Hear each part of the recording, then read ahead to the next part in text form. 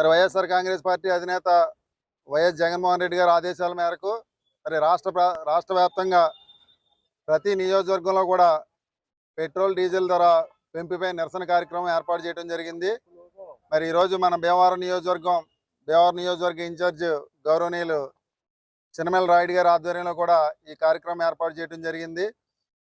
నిజంగా మరి ఎన్నికల ముందు ఏదైతే మరి కూటమి ప్రభుత్వం హామీలు ఇచ్చిందో హామీల్లో ఒక భాగంగా ఈ పెట్రోల్ డీజిల్ ధరలు మేము రేపు అధికారంలోకి వచ్చిన తర్వాత ఏదైతే ఇప్పుడు పెట్రోల్ డీజిల్ ధరలు ఉన్నాయో ఆ ధరలన్నీ కూడా తగ్గిస్తామని చెప్పేసి ఆ రోజు వాళ్ళ మాట ఇవ్వటం, మరి మాట ఇచ్చిన ప్రకారం ఈరోజు చేయకుండా దాన్ని రెట్టింపు చేయటం, అంటే ఒక సామాన్య ప్రజల బతుకులతోటి ఏ విధంగా ఈ కూటమి ప్రభుత్వం ఆడుకున్నదన్నది కూడా మనకి అర్థమవుతుంది. ఎందుకంటే మొన్ననే మనం చూస్తున్నాం, ఇరాన్ అమెరికా మరి యుద్ధ గొడవలో మనకేదో గ్యాస్ ఇబ్బంది వస్తుందని చెప్పేసి తెలియడంతో మన రాష్ట్రంలో అంటే ఇతర రాష్ట్రాల కన్నా మన రాష్ట్రంలో మరి ఆ గ్యాస్ని ఎంత దారుణంగా బయట సేల్ చేస్తున్నారన్నది కూడా మన అందరం కూడా చూస్తున్నాం.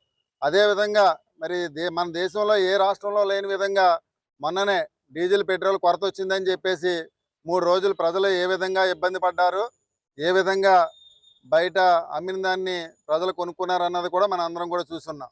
ఈరోజు మళ్ళీ పెట్రోల్ డీజిల్ ధరని ఎంత దారుణంగా పెంచారన్నది మన అందరం కూడా చూస్తున్నాం. మరి ఇతర రాష్ట్రాలకి మన రాష్ట్రానికి దాదాపు ₹3 నుంచి ₹3.65 వరకు కూడా లీటర్ని పెంచిన దాఖలాలు ఈరోజు మన రాష్ట్రంలో కనిపిస్తుంది.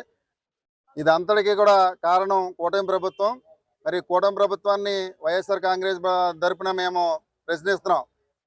ఏదైతే పెట్రోల్ డీజిల్ ధరలు పెంచారో ఆ పెంచిన ధరలు వెంటనే తగ్గించే కార్యక్రమం చేయకపోతే రేపు రాబోయే రోజుల్లో రాష్ట్ర వ్యాప్తంగా ప్రజల తరపున ఇంకా మేము పోరాటం చేస్తామని చెప్పేసి ఈ సందర్భంగా తెలియజేస్తూ ఈరోజు ఆ పెట్రోల్ డీజిల్ ధరలు పెంచిన దానికి మన భీమవరం ఎంఆర్ఓ అయినటువంటి ఎంఆర్ఓకి ఒక రిప్రజెంటేషన్ కూడా ఇవ్వడం జరిగింది. ఆయన పైకి ఫార్వర్డ్ చేస్తా అన్నారు.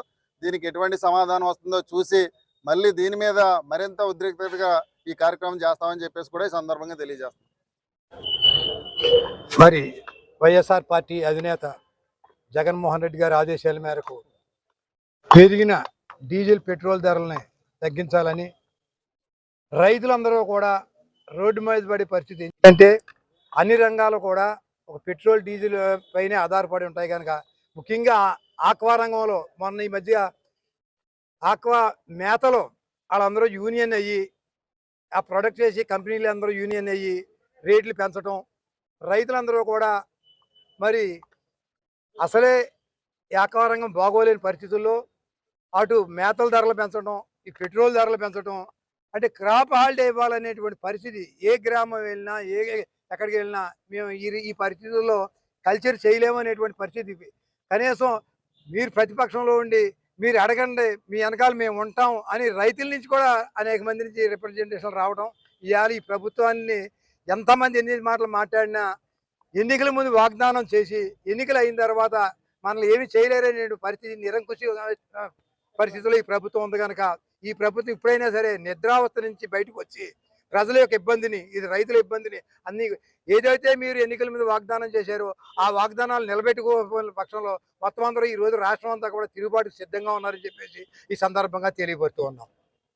రాష్ట్ర వ్యాప్తంగా వైఎస్ఆర్ కాంగ్రెస్ పార్టీ అధినేత జగన్మోహన్ రెడ్డి గారి పిలుపు మేరకు అన్ని నియోజకవర్గాల్లో కూడా పెరిగిన పెట్రోల్ డీజిల్ ధరలకు నిరసనగా మేము ఒక మెమరాండంని ఎంఆర్ఓ గారికి ఇవ్వడం జరిగింది. అలాగే భీమవరం నియోజకవర్గంలో నియోజకవర్గ ఇన్ఛార్జ్ అయిన చినమల వెంకటరాయుడు గారి ఆధ్వర్యంలో భీమవరంలో ఈ కార్యక్రమాన్ని నిర్వహించడం జరిగింది. గతంలో ఎన్నికలకు ముందు కూటమి ప్రభుత్వం మరి పెట్రోల్ డీజిల్ ధరలను పెంచమని హామీలు ఇచ్చినప్పటికీ కూడా చెప్పిన హామీలన్నింటినీ తుంగలో తొక్కి ఈరోజు ప్రజలపై అన్ని రంగాల వారిపై కూడా ఆర్థిక భారాన్ని పెంచడం జరుగుతుంది. ఈరోజు పెట్రోల్ డీజిల్ రేట్లు ఇతర రాష్ట్రాల కన్నా మన రాష్ట్రంలో ఎందుకు ఎక్కువ ఉన్నాయి? ఒక 20 రోజుల క్రితం కృత్రిమ పెట్రోల్ కొరతను సృష్టించి మరి బ్లాక్ మార్కెట్లో అమ్మడాన్ని చూసాం. గ్యాస్ ధరలు పెరిగిపోయి గృహిణులు ఇబ్బంది పడుతున్న పరిస్థితి చూసాం. రైతులకు కూడా మరి ఈ ఇంధన వ్యయం పెరగడంతో ఏ రంగంలోని వారికి కూడా ఆదాయ వనరులు నశించిపోయి కుటుంబం కుట్టుపడిపోయే పరిస్థితి కనిపిస్తుంది. కరోనా కష్టకాలంలో కూడా ఎదుర్కోలేని ఇంత దుస్థితిని ఈరోజు కూటమి ప్రభుత్వం కల్పిస్తున్న దానికి నిరసనగా వైఎస్ఆర్ కాంగ్రెస్ పార్టీ తరఫున మేమంతా కూడా ప్రజల పక్షాన నిలబడి వారి తరపున ఎంఆర్ఓ గారికి ఒక రిప్రజెంటేషన్ ఇవ్వడం జరిగింది. వారు కూడా సానుకూలంగా స్పందించారు, ఫార్వర్డ్ చేస్తానని.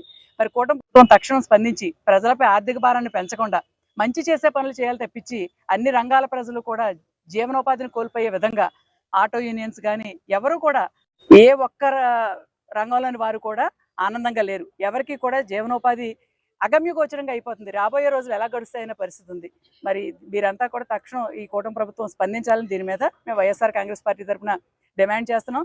స్పందించని తరుణంలో వైఎస్ఆర్ కాంగ్రెస్ పార్టీ ప్రజల పక్షాన్ని నిలబడి పోరాటాన్ని ఉధృతం చేస్తాం.